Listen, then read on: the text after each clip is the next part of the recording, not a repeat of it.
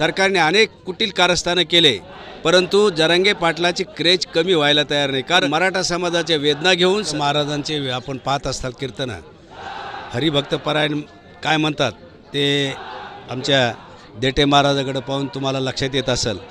नुसतं 2-4 वळीचा अभंग पाठ करून काहीतरी थोडं निरूपण केलं म्हणजे मी कीर्तनकार आहे असं नाही, तर सर्वांगीण अभ्यास लागतो। तुकाराम महाराजांच्यावर बोलायचं म्हटलं तर तुकाराम देहू संस्थानचे जे अध्यक्ष आहेत त्यांनी काल आपल्याला कळलं असेल की त्यांनी सांगितलं आमच्या संस्थेची याचा काही संबंध नाही, आणि तो सांगतो की माझं तुकाराम महाराजाच्या नावावर जी 7/12 आहे त्यावर माझंही नाव आहे 17 गुंठ्याचं।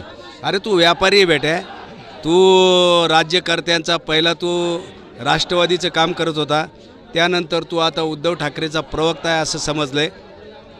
तुझं व्यापार करणं आणि सरकारसोबत संगनमत करून सरकारच्या नाकी मोती जड झाल्यासारखे जरांगे पाटील मराठ्यांच्या गळ्यातले तैत झालेले आहेत। सरकारने अनेक कुटील कारस्थानं केले, परंतु जरांगे पाटलाची क्रेज कमी व्हायला तयार नाही। कारण जरांगे पाटलाची ही क्रेज नाही म्हणता येणार याला, तर मराठा समाजाच्या वेदना घेऊन जरांगे पाटील एक महाराष्ट्रातल्या 6 करोड मराठ्यांचं प्रतीक बनलेले आहेत। ते आता ती प्रतिमा मलिन करण्यासाठी तुम्ही नीच कुटील डाव खेळताय।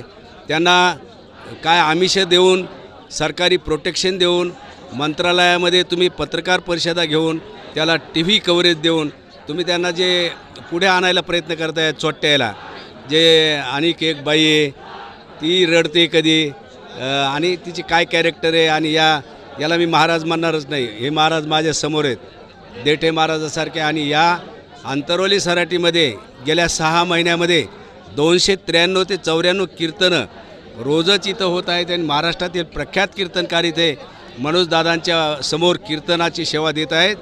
त्याला आम्ही महाराज म्हणतो, तुला आम्ही महाराज म्हणत नाही।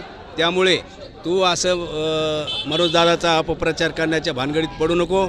तुझ्या तोंडाला काळं लागल्याशिवाय राहणार नाही। तुला आमचे पोरं शोधतात, पण तू सरकारच्या कुशीत जाऊन बसलेला आहे। आज ना उद्या तू बाहेर येशील, पण तुझं कुटुंबसुद्धा तू धोक्यात आणलेलं आहे, एवढं लक्षात ठेव। एवढंच मी बोलतो आणि थांबतो। जय जिजाऊ जय